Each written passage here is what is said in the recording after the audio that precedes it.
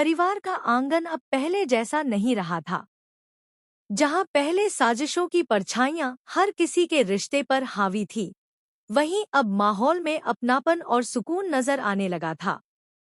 इसका सबसे बड़ा कारण थी राध्या, जिसकी मासूमियत और सादगी ने धीरे धीरे सभी का दिल जीत लिया।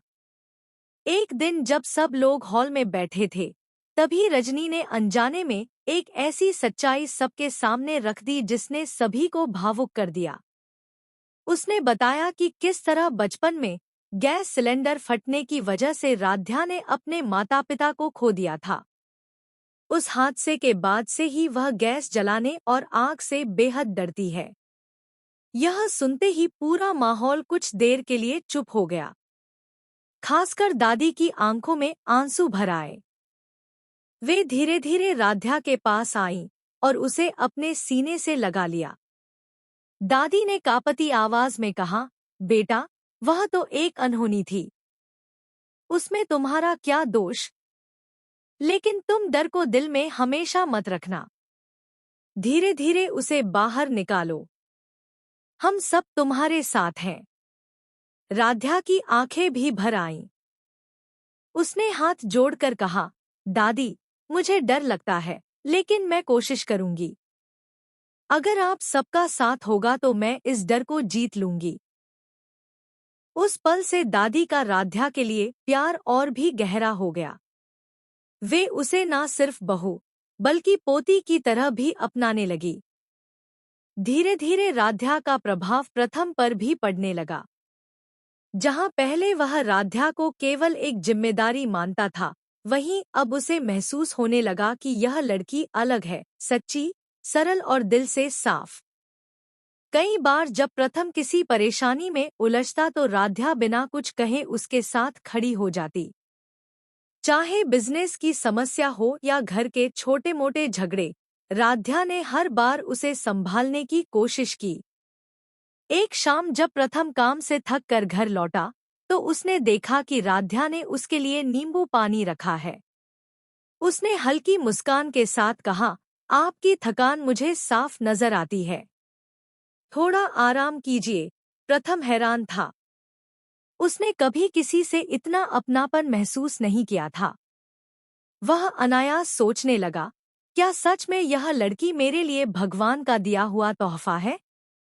लेकिन इस रिश्ते की गहराई को समझने से पहले प्रथम को एक और सच्चाई का सामना करना पड़ा। एक दिन रजनी ने उसे बैठाकर सब कुछ बता दिया। उसने कहा, प्रथम, तुम्हें पता होना चाहिए कि तुम्हारी शादी राध्या से क्यों हुई। निहारिका तुम्हारे खिलाफ बहुत बड़ा खेल खेलने वाली थी। वह चाहती थी कि तुम्हारा नाम और मित्तल परिवार की इज्जत बर्बाद हो जाए। तभी हमने फैसला लिया कि तुम्हें किसी सच्चे दिल वाली लड़की से शादी कराई जाए, और वह लड़की राध्या थी। प्रथम यह सुनकर हैरान रह गया। उसके मन में सवालों का तूफान उठने लगा।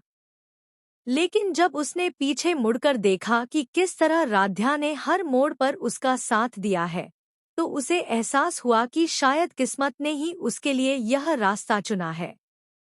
धीरे धीरे पूरा मित्तल परिवार राध्या को स्वीकार करने लगा।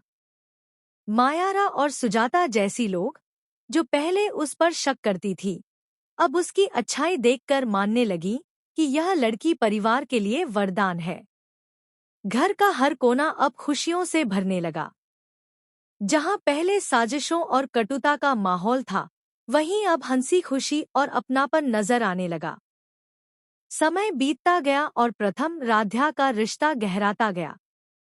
अब उनके बीच सिर्फ समझौता नहीं, बल्कि एक सच्चा बंधन बनने लगा।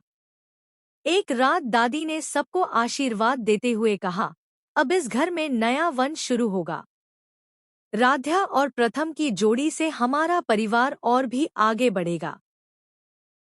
सभी की आंखों में उम्मीद की चमक थी। ऐसा लग रहा था मानो अंधेरे के बाद उजाले का नया सवेरा मित्तल परिवार के आंगन में उतर आया हो। राध्या, जिसने कभी अपने माता पिता को खोने के दर्द को अकेले सहा था, अब एक नए परिवार में अपनी जगह बना चुकी थी। उसकी मासूमियत ने न सिर्फ दादी का दिल जीता बल्कि प्रथम के जीवन में भी प्यार और विश्वास का नया अध्याय खोल दिया।